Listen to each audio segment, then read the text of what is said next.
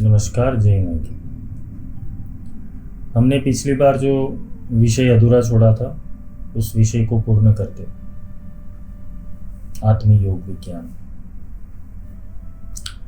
आत्मयोग विज्ञान, एक तो योग, आत्मा और विज्ञान, ये तीनों शब्द को समझना बहुत जरूरी है।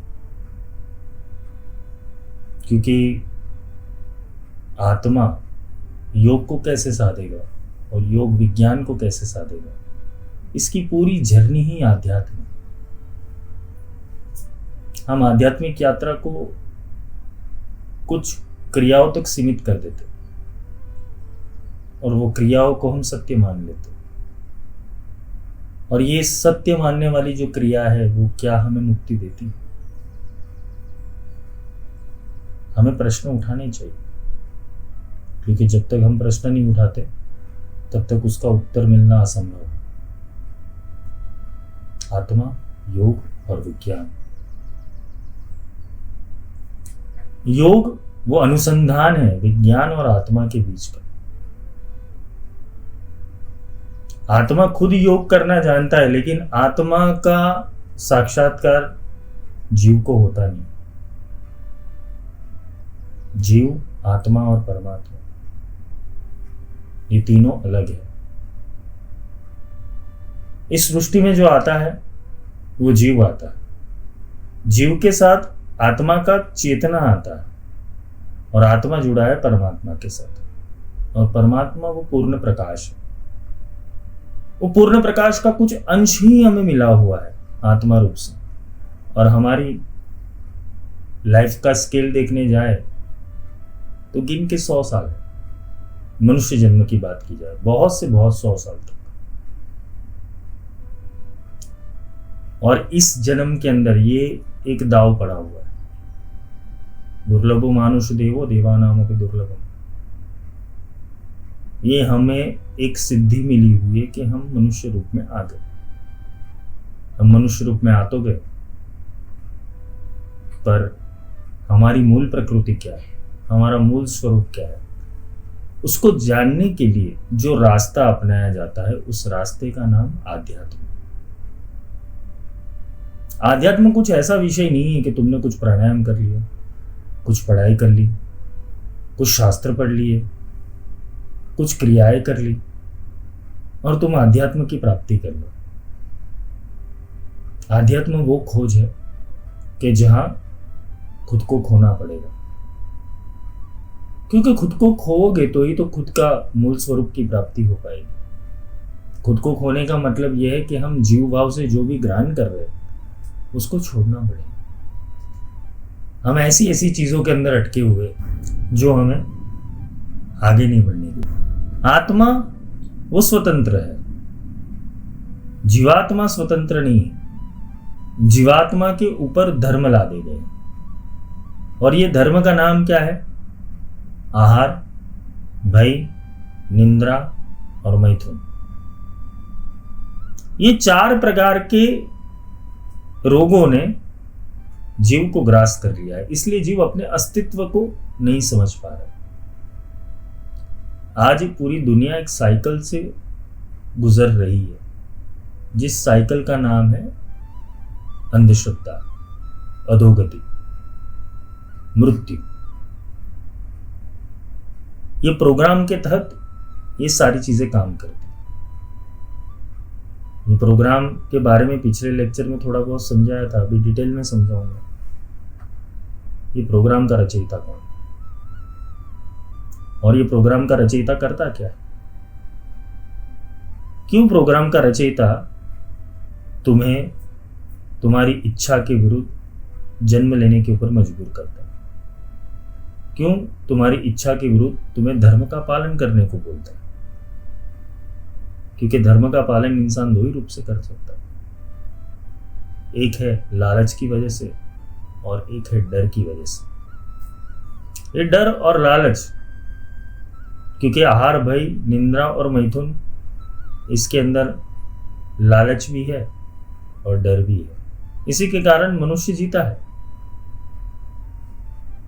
और वो जीने को इस तरीके से अपना लक्ष्य मान लेता है कि जैसे मरने वाला नहीं। तो आध्यात्म पद की जरूरत क्या है? आध्यात्म पद की जरूरत यह है कि ये एक उक्रांति है। ये एक ऐसी क्रांति है कि इस क्रांति के अंदर हमें अपने मूल स्वरूप आत्म तत्व को जानना जरूरी है, क्योंकि आत्मा को जाने बिना ही तुम परमात्मा की सीधी यात्रा करोगे तो परमात्मा मिलने वाला नहीं। तुम्हें पहले आत्मा के बिंदु के ऊपर आना पड़ेगा, और बिना आत्मा को जाने तुम परमात्मा की अस्तित्व को जान भी नहीं पाओगे। ये मुक्ति पथ है। मुक्ति पथ का अर्थ ये होता है कि तुम्हें बंधनों से मुक्त होना है। पहले तो बंधन क्या है वही तो समझना है। और मुक्ति किन किन विषयों में रखी गई है ये भी समझना है, क्योंकि मुक्ति के लिए शास्त्रों ने और धर्म गुरुओं ने बहुत लालच दी। पुराणों ने बहुत लालच दी गई है कि तुम ये कर लो मुक्ति मिल जाएगी, और तुम तीर्थ कर लो, क्रिया कर लो, उपवास कर लो, अनुष्ठान कर लो। अगर इतने में मुक्ति समझ में आ जाती तो भगवान कृष्ण गीता नहीं कहते अर्जुन को, ज्ञान देने की जरूरत ही नहीं थी। वो बोलते ये मंत्र जप कर ले तुम्हारी मुक्ति हो जाएगी अर्जुन, नाम जप कर ले अर्जुन मुक्ति हो जाएगी। ज्ञान के विषय में भगवान बताते ही नहीं। तो मुक्ति पथ वो आत्मा का जानने का मार्ग। पहले तो तुम कौन हो उसकी स्मृति को प्राप्त करना वो आध्यात्म है। आध्यात्म का सीधा अर्थ होता है आदि आत्मविज्ञान। आत्मा का आदि विज्ञान। आत्मा पुरातन है, आत्मा नया भी। आत्मा तब से है कि जब से सृष्टि की उत्पत्ति हुई है, और आत्मा तब तक रहेगा कि जब सृष्टि का विनाश भी हो जाएगा। एक प्रलय के बाद आत्मा का भी फॉर्मेशन होता है, वो परमात्मा में वापस मिल जाता है। वो परमात्मा से अलग हुआ है, सृष्टि की रचना की है, और वो खुद ही फंस गया है। ये फंस गया है, इसको निकालने का नाम ही मुक्ति पथ है। तो ये क्यों रची गई है ये चीजें?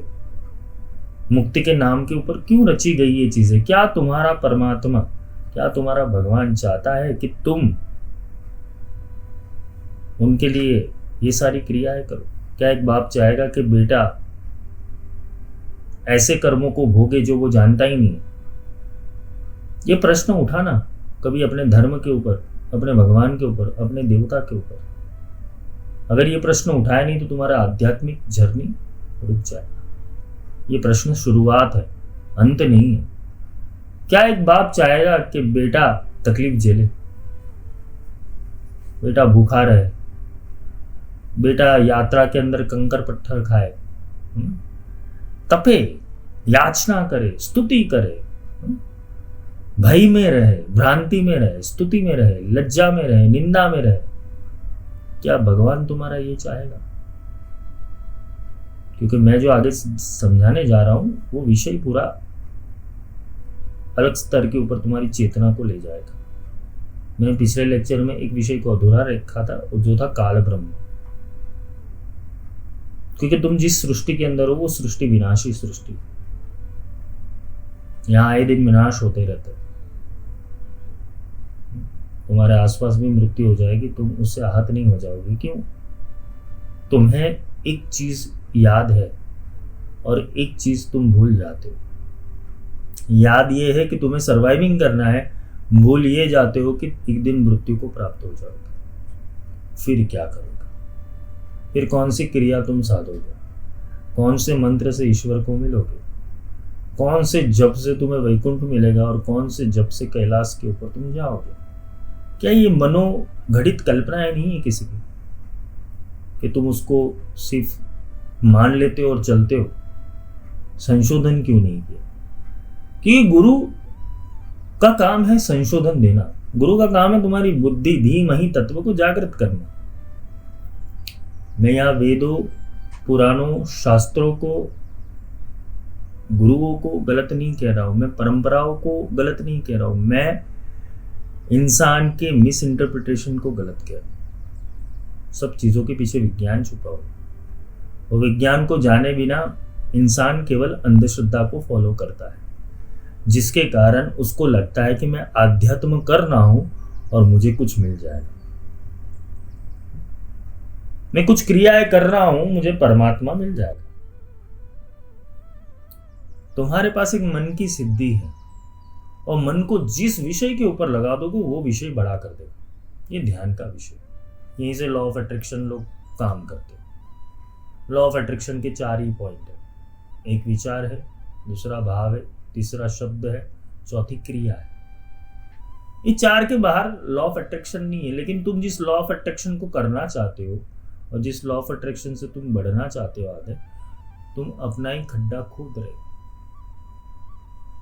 तुम आम के गुठली डालकर तुम चीकू की अपेक्षा कर रहे हो। लॉ ऑफ अट्रैक्शन कुछ ऐसा ही है। वैसे ही जीवन, मृत्यु, मोक्ष, परमात्मा, ईश्वर, ये सारे विषय इसी आधारित चल रहे हैं कि जाना नहीं, मान लिया।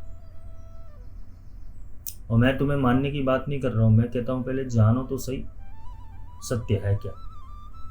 क्योंकि तुम बोल रहे हो कि मैं आध्यात्मिक हूं, तुम बोल रहे हो कि मैं मुक्ति पथ पर हूं, तुम बोल रहे हो कि मुझे ये क्रिया करने से मुक्ति मिल जाएगी, लेकिन तुमने अपनी मुक्ति केवल अपने मन के संचित धर्मों के अंदर ही प्राप्त की है।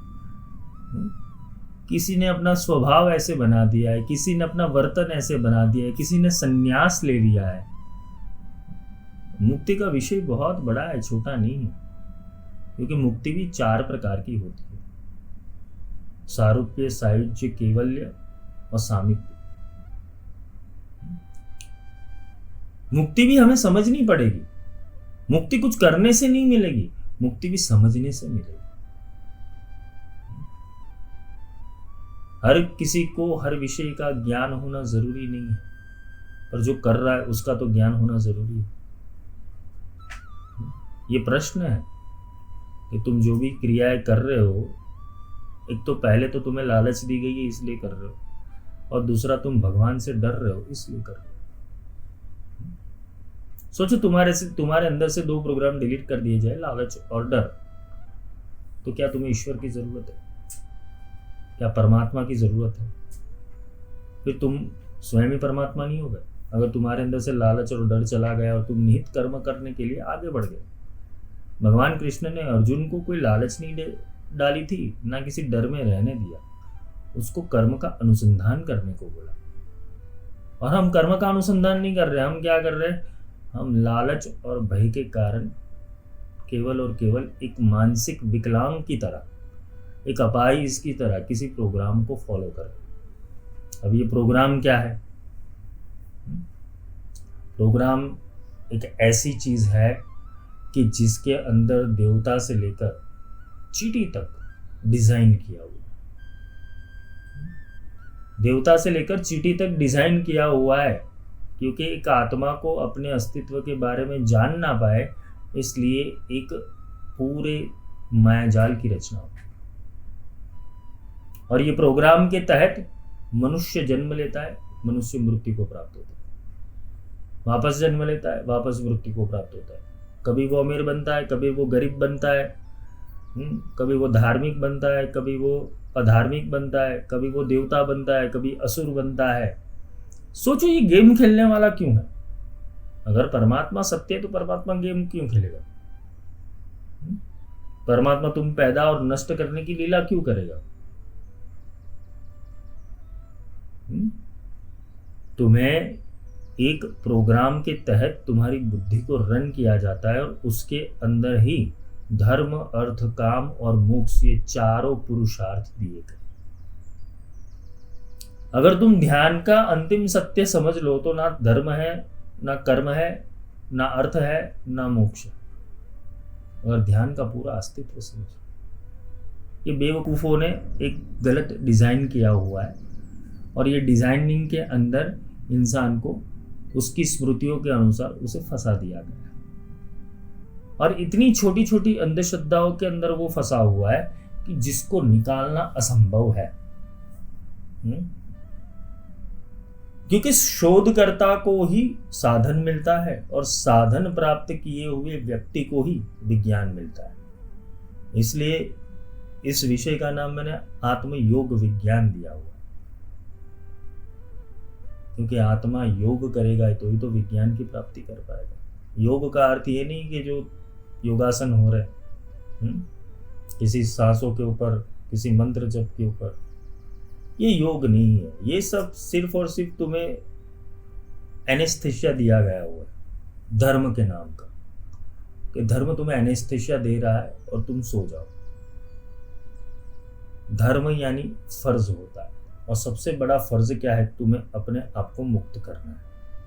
इससे बड़ा कोई फर्ज नहीं है, और ये बिना गुरु संभव है, बिल्कुल भी नहीं। यह संभव, गुरु के बिना ये असंभव है, क्योंकि गुरु ही होता है जो प्रोग्राम के अंदर उतर कर, यानी तुम जिस स्थिति में रहते हो उसी स्थिति में गुरु को आना पड़ता है, और उस तरीके आने के बाद वो तुम्हें मुक्ति की कला सिखाते, मुक्ति समझाते। तो प्रोग्राम क्या है? प्रोग्राम तुम जन्म लेते हो और मृत्यु तक की जो भी सारी घटना है, देश काल क्षेत्र समाज राष्ट्र वर्तुल, ये जो भी कोई चीजें है वो सारी चीजें प्रोग्राम के तहत चलती है। हर एक इंसान अपने प्रोग्राम के अधीन है, और उसका प्रोग्राम किया जाता है उसको विचार देने के बाद। जब उसकी सृष्टि की शुरुआत होती है बाल्यकाल से, उसको फीडिंग करवाया जाता है, उसको लालच और भय का फीडिंग करवाया जाता है। वो भगवान से पहले डराते हैं, देख ऐसा करेगा तो भगवान तुझे मारेगा, भगवान पीटेगा, भगवान तुझे नरक में डालेगा, भगवान तुम्हें सजा देगा। तो भगवान तो करुणा सागर है, दया का सागर है, वो तुम्हें सजा क्यों ही दे? एक बाप अपने बेटे को सजा नहीं देता। तो ये धर्म और कर्म की थियरी किसने बनाई? अगर तुम यहां तक अपनी दृढ़ता लाओगे समझने की, तो तुम्हें पता चलेगा कि तुम कितनी बड़ी उलझन के अंदर उलझे हुए। प्रोग्राम में सुविधा है और प्रोग्राम में दुविधा भी है। प्रोग्राम की सुविधा क्या है? प्रोग्राम को मैं शायद धर्म रूप से समझा रहा हूं, लेकिन चलो धर्म यानी जो सांप्रदायिक धर्म है वो नहीं, हिंदू मुस्लिम सिख ईसाई, उसको धर्म नहीं कहते, फर्ज, उसे धर्म कहते। और उसके तहत ही जितने भी सारे धर्म आते वो प्रोग्राम के अंदर ही आते, वो बनाए गए। डर और लालच, स्वर्ग और नर्क क्या डर दिया गया है और स्वर्ग की लालच दी गई है। इसमें इंसान अपनी वैज्ञानिक बुद्धि को खो देता है, जिसका फायदा कुछ बुद्धिमान व्यक्ति ले लेते हैं, जो वो भी अज्ञानी है कि वो ना सत्य को जानते हैं। कथा वार्ता, ये सारे प्रोग्रामों के अंदर इंसान को उलझा के रखा है। सोचो 10,000 साल के पहले तुम कहीं पर आए थे, किसी क्षेत्र में रुके थे, किसी गांव में रुके थे, वहां तुमने कुछ अच्छा काम कर दिया। वो अच्छा काम करने के बाद तुम्हारा गुणगान वो 10,000 साल से चलता आया है। 10,000 साल से जो तुम्हारा गुणगान कर रहे हैं वो सारे लोग हिप्नोटाइज होकर उसी चीज को वापस कर रहे हैं 10,000 साल के बाद। मतलब तुमने तो कहीं और जन्म ले लिया और लोग तुम्हारे पिछले जन्म को याद कर रहे हैं। अवतारों के साथ भी ऐसा ही हो रहा होगा अगर हम बुद्धि लगाए थोड़ी बहुत भी। तो कृष्ण 5,000 साल पहले चले गए, उन्होंने कितनी बार जन्म ले लिया, उन्होंने बोला संभवामि युगे युगे, मैं हर बार आता हूं। तो इस समय के ऊपर भी वो कहीं होंगे, तुम जहां ढूंढ रहे हो वहां तो नहीं, क्योंकि होते तो पहले वही नहीं चलाते सारी सिस्टम। कृष्ण जैसी व्यक्तित्व ये सारी सिस्टम को चलाता ही नहीं। क्यों चलाता? युग बदलता है तो धर्म बदलता है, धर्म बदलता है तो परंपरा बदलती है, परंपरा बदलती है तो ज्ञान बदलता है, और ज्ञान बदलता है तो विज्ञान भी बदलता है। तभी युग परिवर्तन होगा। हम जिस युग परिवर्तन की बात कर रहे, राम राज्य वापस लाएंगे, अरे राम राज्य ही है। तुम्हारे भीतर का आत्मरूपी राम जब जग गया तो राम राज्य की स्थापना ऑटोमेटिकली हो जाएगी। ये प्रोग्राम सुविधा भी देता है, प्रोग्राम दुविधा भी देता है। सुविधा ये देता है कि तुम अच्छा कर्म करो, तुम्हें अच्छे फल को प्राप्ति होगी। इसलिए सारी व्यक्तित्व की जो लड़ाई है, सारे कॉन्शियसनेस की जो लड़ाई है, वो अभी इस चीज के ऊपर आ गई है कि ये करो ये फल मिलेगा। आज तुम जितने भी पॉडकास्ट देख लो, जितने भी तुम संसाधन देख लो, पूरे दिन रील्स देख लो इंस्टाग्राम के ऊपर, तुम्हारा मन को इतना हिप्नोटाइज किया गया है कि वो एक भी चीज से छूट नहीं पाएगा। तुम्हें लालच ही दी जाती है, हर दूसरी मिनट में लालच आती है, वो हर दूसरी मिनट में लालच आती है। इसलिए इंसान लालच के कारण करता क्या है, वो उपायों के पीछे भागता है। ज्योतिष के उपाय, न्यूमरोलॉजी के उपाय, वास्तु के उपाय, कुल देवता के उपाय, पितृ के उपाय, देवताओं के उपाय, योगिनी यक्षिनी अप्सराओं के उपाय। मतलब इंसान यही करने के अंदर पूरा आधा जीवन घुमा देता है। साधना में कुछ सधा नहीं है, बस मानसिक कल्पनाओं के अंदर सब लोगों की प्राप्ति कर लेता है। भगवान की प्राप्ति भी वैसे ही कर लेता है, देवताओं की प्राप्ति भी वैसे ही कर लेता है। क्योंकि तुमने देवताओं को नहीं समझा, ज्ञान को समझा नहीं, विवेक को समझा नहीं, तुमने सत्य की परख नहीं की ना। सत्य के पास गए, तुमने परखा हुआ सत्य नहीं माना है, तुमने लिखा हुआ सत्य या किसी ने प्राप्त किया हुआ सत्य के पीछे भाग रहे हो, इसलिए तुम्हारा सत्य अपाहिज है। और यही अपाहिज सत्य के पीछे तुम भाग रहे हो। और यही अपाहिज सत्य के पीछे क्या हो रहा है? प्रोग्राम की रचना बार बार हो रही है, यही रेंडरिंग हो रहा है। तुम्हारा 100% होता ही नहीं, रेंडरिंग हो रहा है, चलता ही रहता है तुम्हारा फाइल। और फाइल इतना ज्यादा करप्ट हो चुका है कि तुम अगले जन्म में जन्म भी लोगे तो तुम्हें पता नहीं चल रहा कि तुम्हारा धर्म कौन सा था, तुमने ज्ञान कौन सा अर्जित किया था, तुमने संस्कार क्या प्राप्त किए थे और तुमने जागृति कितनी प्राप्त की थी। क्योंकि तुमने जैसे ही मृत्यु को प्राप्त किया और प्रोग्राम इतना सॉलिड है कि तुम्हें मुक्त नहीं होने देगा, तो प्रोग्राम क्या करेगा? तुम्हें कैप्चर कर लेगा, तुम्हारी आत्मा। और आत्मा को कैप्चर करने के बाद प्रोग्राम क्या करता है? आत्मा के अनेकों डिपार्ट कर देता है। थोड़ा वैज्ञानिक रूप समझाता हूं। एक इंसान के अंदर एक आत्मा है, जीवात्मा समझ। जब वो संभोग क्रिया में जाता है, ठीक है, तो उसके स्खलन से अनेकों वीर्य के कण, मिलियंस और ट्रिलियंस के कण उसके अंदर जाते हैं। सोचो, इतनी आत्मा तो वो खुद ग्रहण करके बैठा हुआ है, जीवात्मा। उसमें से कोई एक ही फर्टिलाइट होता है, बाकी के सारे का क्या हुआ? नष्ट हो गए। मतलब क्रिएशन के पार्ट नहीं बने। उतनी प्रेतात्माएं और उतनी आत्माएं, उतनी ही जीवात्माएं, उतनी ही चेतनाएं, सोचो, बिना काम की रह गई। मतलब आत्मा का जो विज्ञान है, आत्मा को खंड खंड किया जाता है। मतलब तुम यहाँ स्पेस में चले गए, एक बार जो तुम्हारी आत्मा ने रूप धारण कर लिया, फिर वो आत्मा के खंड खंड विखंड होते। मतलब कि तुम इस जन्म में जो भी संचित करते हो, अगले जन्म में भूल जाते हो। सोचो, ऐसे प्रोग्राम की रचना कौन कर सकता है?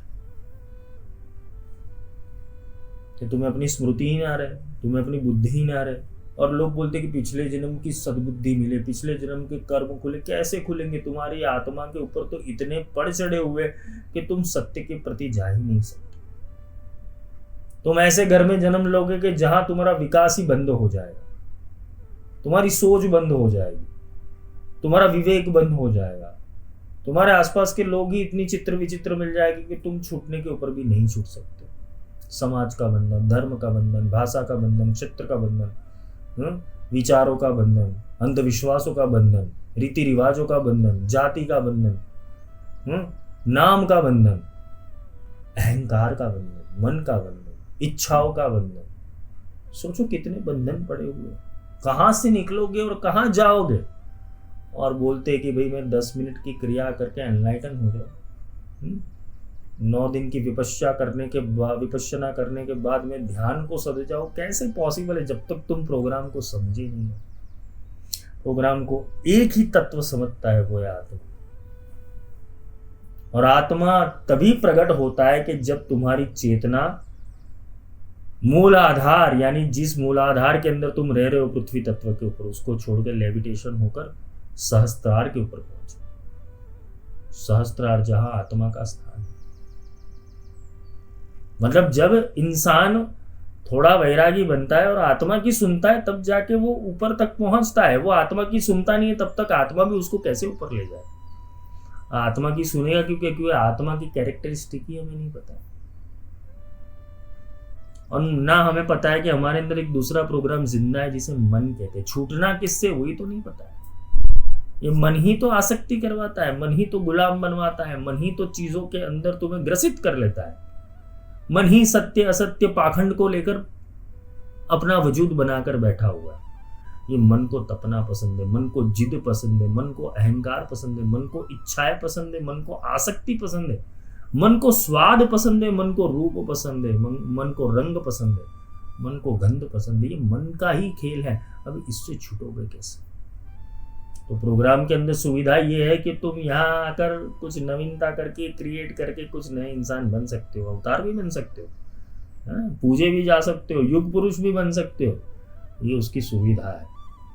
अच्छे पुरुषार्थ करके तुम्हें एक अच्छा अस्तित्व भी मिल सकता है, पर दुविधा ये है कि बार बार ये प्रोग्राम तुम्हें बढ़ने नहीं देगा आगे, पुनरावृत्ति होती रहेगी। विष्णु शास्त्र में एक नाम आता है, उस नाम का मतलब मैं समझाता हूं। भगवान विष्णु को बोला है आवर्तनो निवृत्त आत्मा। ये समझना, हम लोग विष्णु सहस्त्र बहुत बार करते लेकिन विष्णु सहस्त्र कभी समझे ही नहीं। या तो कोई तत्वदर्शी गुरु के पास जाके विष्णु सहस्त्र को खोला नहीं है कि गुरुदेव समझाओ। विष्णु वो विशेष अणु है, विज्ञानमय अणु वो विष्णु है। भगवान विष्णु ने बोला है कृष्ण अवतार में, संभवामि युगे युगे, मैं आता हूं, बराबर है। और वही विष्णु की सहस्त्र नामावली में लिखा गया कि आवर्तनो निवृत्त आत्मा। आवर्तन होता है लेकिन किसका होता है? निवृत्त आत्मा का। निवृत्त का अर्थ होता है जो निवृत्त, सब काम के ऊपर से चला गया है, सब काम उसके खत्म हो गए, और निवृत्त आत्मा आवर्तन के अंदर आता है। वो विष्णु भी आवर्तन में आता है। पर कैसे आता है? मुक्ति कला के साथ। हम मुक्ति कला के साथ नहीं आते, हम बंधन कला में फंस जाते हैं। मामा मौसी बुआ चाचा चाची दादा दादी नाना नानी दोस्त, समाज संप्रदाय धर्म मार्ग जाति रीति रिवाज, इस सारों चीजों का बोझ, सोसाइटी में टिकने का बोझ। मतलब सोसाइटी क्या चाहती है उसके लिए इंसान पूरी जिंदगी निकाल देता है, उसका आत्मा क्या चाहता है उसके ऊपर उसका ध्यान नहीं चाहता। मुक्त कहाँ से हो? फिर भगवान का नाम एक माला घुमा के और भगवान से बोलो कि दिया अगरबत्ती कर लिए, मुक्ति मुझे दे देना। भगवान बोले भाई आइए मत। यहाँ के भगवानों ने नहीं, पर यहाँ के सिस्टम ने लालच दी रखी है भगवान के नाम की, तुम्हें उल्लू बनाया जा रहा है। मुक्ति तो तभी समझ में आएगी जब तक तुम बंधन को समझोगे नहीं। इसलिए सुविधा ये है कि तुम प्रोग्राम के अनुसार चले। प्रोग्राम में जो लिखा है, शास्त्रों में लिखा है, जितनी भी चीजें लिखी गई, जो मान्यता है उसको मानोगे तो तुम्हारा उद्धार होगा। यहाँ सुविधाएं मिलेगी, फैसिलिटी मिलेगी। मरने के बाद दुविधा है,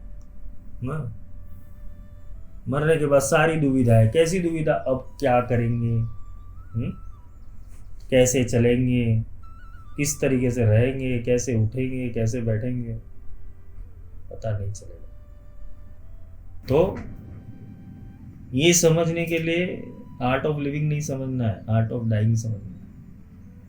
लिविंग तो तुम्हें 10 करोड़ दे दे, 100 करोड़ दे दे, तुम आराम से जीवन जियोगे हैप्पीनेस के साथ। हैप्पीनेस लानी नहीं पड़ेगी, अपने आप आ जाएगी।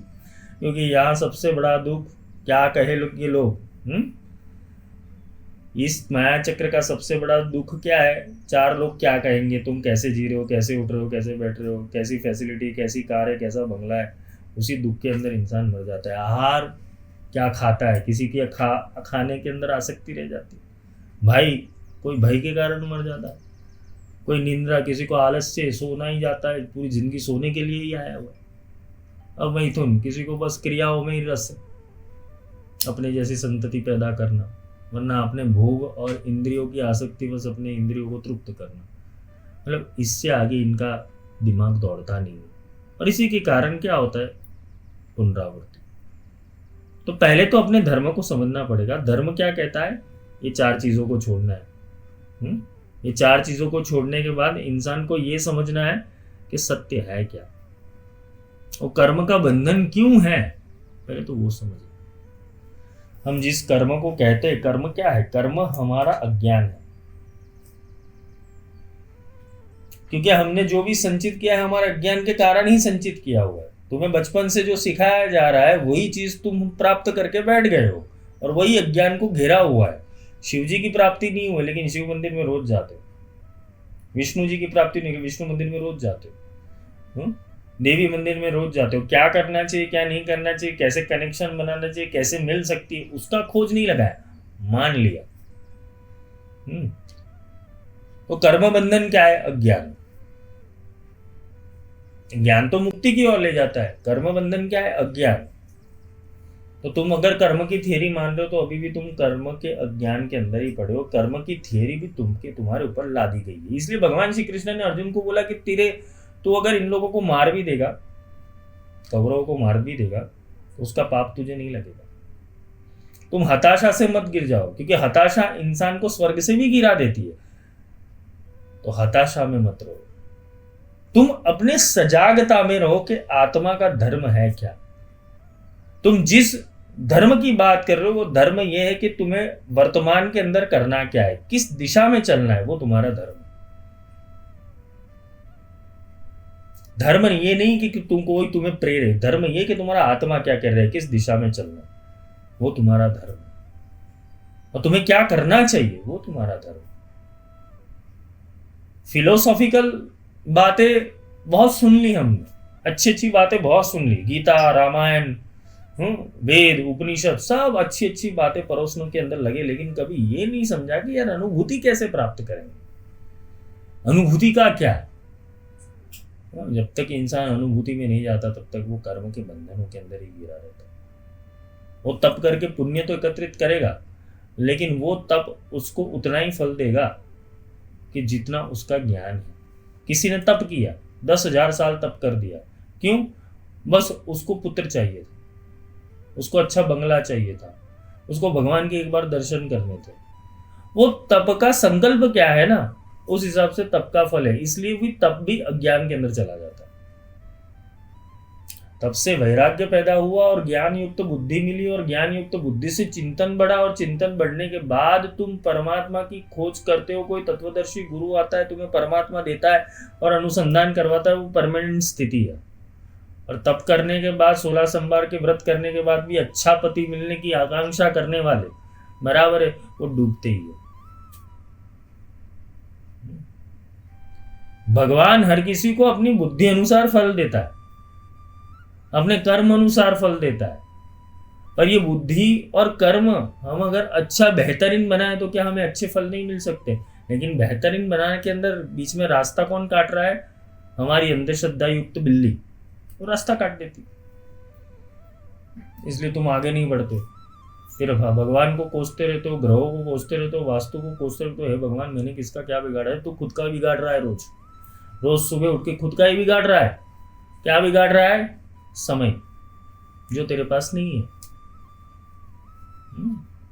जो तुम्हारे पास समय ही नहीं है, तुम समय लेके आए ही नहीं हो। कम से कम लिमिटेड एडिशन का टाइम है तुम्हारे पास, उसके अंदर तुम्हारा आधा जिंदगी तो सोचो कि सोने के अंदर चला जाता है।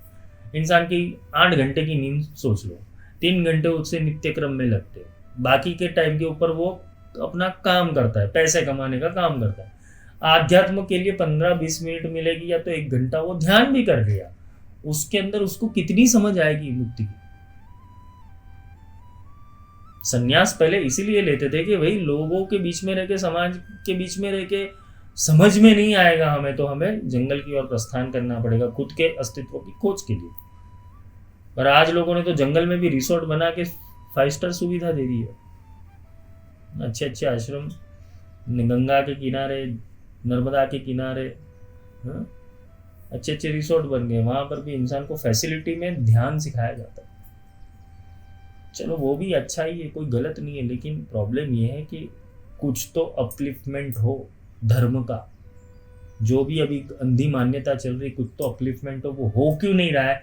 इसके पीछे प्रोग्राम काम कर रहा है। क्योंकि कोई प्रोग्राम को तोड़ने के लिए आएगा, होगा क्या? उसका विरोध होगा। जितने भी अवतारी पुरुष हो गए, पहले उनका विरोध हुआ, फिर उनको एक्सेप्ट किया गया। यात्रा की जरूरत क्यों? यात्रा, आत्मा की यात्रा इसलिए जरूरत है क्योंकि आत्मा के रास्ते के ऊपर अकेला चलना, और अकेले चलते चलते कोई संगी साथी मिल जाएगा जो वहां पहुंचा हुआ है, उसे गुरु कहते हैं। खोजी लिना साथ में दिन ही वस्तु लगाए, कोटि जन्म का पंथता पल में पहुंचा जाए। जहां तुम्हें जाना है और जिसको मिलना है ना, उसके लिए गुरु की जरूरत पड़ेगी। बिना गुरु नहीं पहुंच सकते। गुरु एक आखिरी एलिमेंट होता है जो तुम्हें इस यूनिवर्स से बाहर निकालता है। और यात्रा की जरूरत इसलिए क्योंकि तुम अगर अंधेरा नहीं देखोगे तो उजाला क्या है वो पता नहीं चलेगा। इसलिए तुम्हें अंधेरे में रहना जरूरी है। अज्ञान में हो तो ज्ञान में लाने की जरूरत है। क्योंकि अगर सब लोग ज्ञानी हो गए तो दुनिया का उद्धार हो जाएगा, वो पॉसिबल नहीं हो रहा है हमसे।